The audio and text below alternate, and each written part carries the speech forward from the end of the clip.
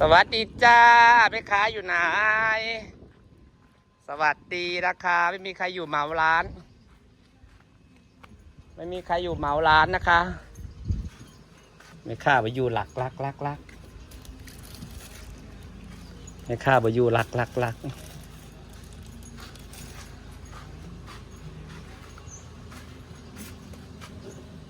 คนเยอะๆ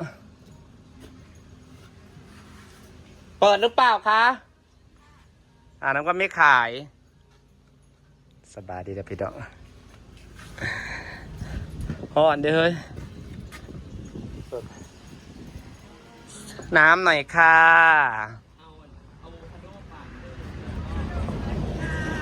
นี่เบิร์ดชายย่างอยากน้ำเนี่ยแม่เอาอะไรชาเย็นเหรอของอีโอชาเย็นเหรอชาเย็นทำไมไม่เอาของคุณเมียเหมือนกันเลยเอาให้มันเหมือนกันนั่นแหละจะได้จะแต่งกันทุกทีก็เอาเหมือนกันไปเลยชาเย็นกับเบิร์ดจ้ะแน่ไอ้กระเบิดปัดหนีตายแหละกับชาไต้หวันชาเขียวชาไต้หวัน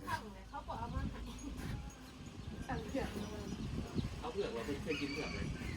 เผือกลีโอกับเจซีเขามักกินเนี่ย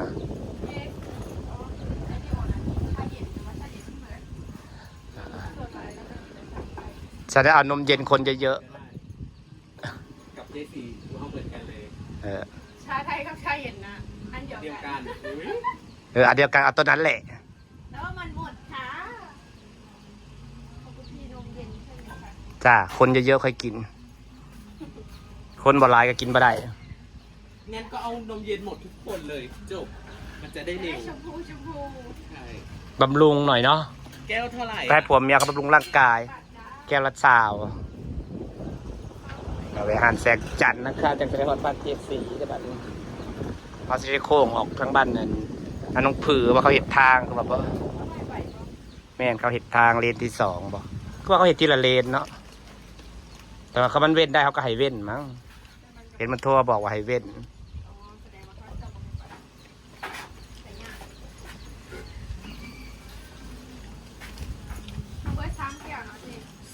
4 แก้ว4 แก้วจ้านมเย็น4 แก้วอร่อยนะคะ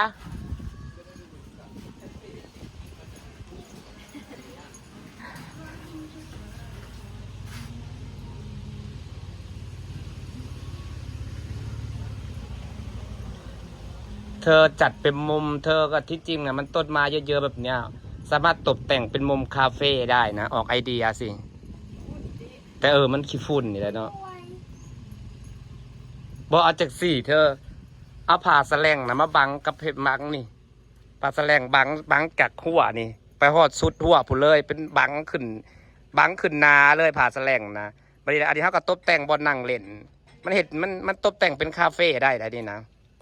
หาเนี่ยมาตบแต่งเอาต้นไม้มาลงหน่อยจักหน่อยว่ามันห่มม่วงห่มคามันสามารถแต่งเป็นคาเฟ่ได้เลยนะโต๊ะเอาไปตั้งอยู่พุ่นมุมหนึ่งตัวก็ตั้งเป็นอย่างยายไปมันเป็นมุมเป็นตะเบิงนะแต่ว่าขอบตัวนี้เอาผ่าแสลงมาบังหัวฝั่งนี่สุดเล่งเลยมันบริเป็นอย่างดอกคนกับเขาเบิ่งวิวข้างใน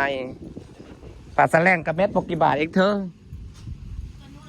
บังแต่นี่ยาบเลยแต่ประตูตัวนี้ยาไปพูดแล้วก็เอาโต๊ะไปยายเท่านะเห็ดเป็นคือคาเฟ่นี่ได้รีวิวมันเบิ่งนะเอาผ่าแสลงบังเอาขี้ฝุ่นนะมันก็สินานั่งอยู่ดอกบังแต่ตัวนั้นไปฟังนี่มันต้องบังผังลานนี่ปาเจสีแล้วจ้า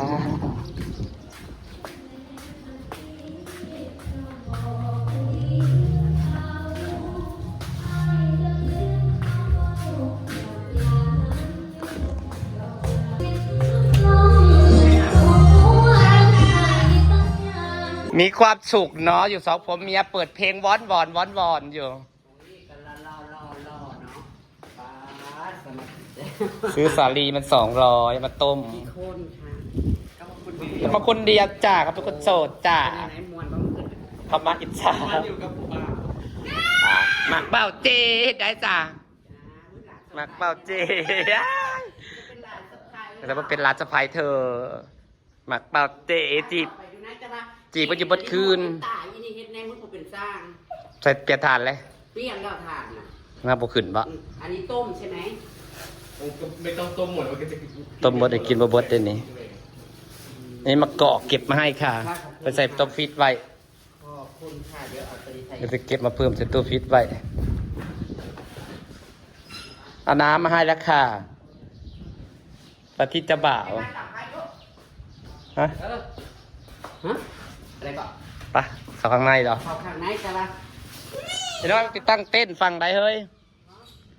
ตั้งเต้นฟังพุ่นว่าฟังนี่จะจอดรถกูวะเออเนาะ รับแขกเพราะว่ามันบังแน่มองรับแขกเพราะว่ามันคือพุ่นมัน พี่แล้วหับแขกอยู่ฟังพี่แล้วจะบดถือพุ่นอันนี้เป็นบอลล้างตัวล้างจานติ มันลายลงยัดมืองานเนี่ยจะมาสิได้กินขี้หมูหรือบอกมันอะไรนะครับเดี๋ยวพี่แกะทีได้ได้ บได้กินเนาะครับเสือบ่ได้ดอก หักกับผมค่อยมีสิทธิ์ บ่ค่อยมีนี่ครับ มันมีไป นี่ครับบ่ค่อยได้กินในจะมาก็บ่ได้กินลมมันไปจังสิงะยามนี่ลมมาทางนี้มันไปจังสิ เฮ้ยยังโคราช จอดรถอยู่ไสบัดนี้ว่านี่เฮ็ดเดินจอด เรามาจอดที่อะไรโคราชมากหมองทั่วตรงนี้ แม่นเพราะว่าที่แต่ละบอลนี่มันจอดรถหักแขกนะหลับทั้งพี่กันว่าเพราะว่าทางนั้นเปิดกระขับประตูนั้นมันแคบ นอนก็ไปหางอเพิ่มเดี๋ยวงานก็ได้ จะเจ็กตัวมาละ ดื้อ มาต้องโตะ ตัวนี้ ตัวหนึ่งมาสิพอบางคนเป็นเหล่าแขกบางคนเป็นเหล่าแขกบางหลายๆหนึ่งเฉพาะบ้านคืมนี่ก็เบิดไฟแห้งแล้วก็ว่า ไปเลยบ้านหางอคือขั้นบ่ได้ เอาว่าเธอเคยเท่าไรตัวหนึงนะ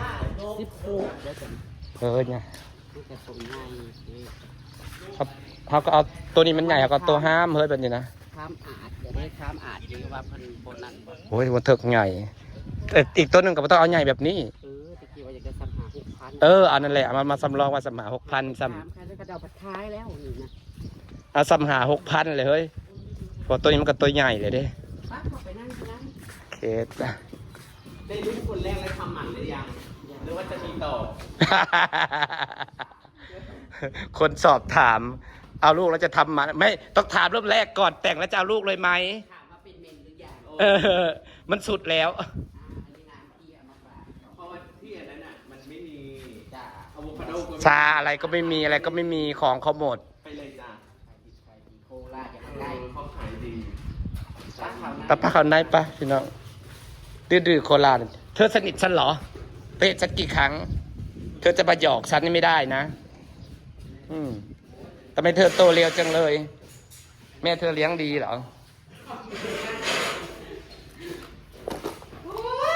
ฝากบรรยากาศไว้สักนิดเดี๋ยวพี่น้องไว้เข้าในกัน สวัสดีด้วยจ้าพี่น้อง บ้านเย็นน่าอยู่ สอดปาเจสี บ้านเย็นน่าอยู่เลย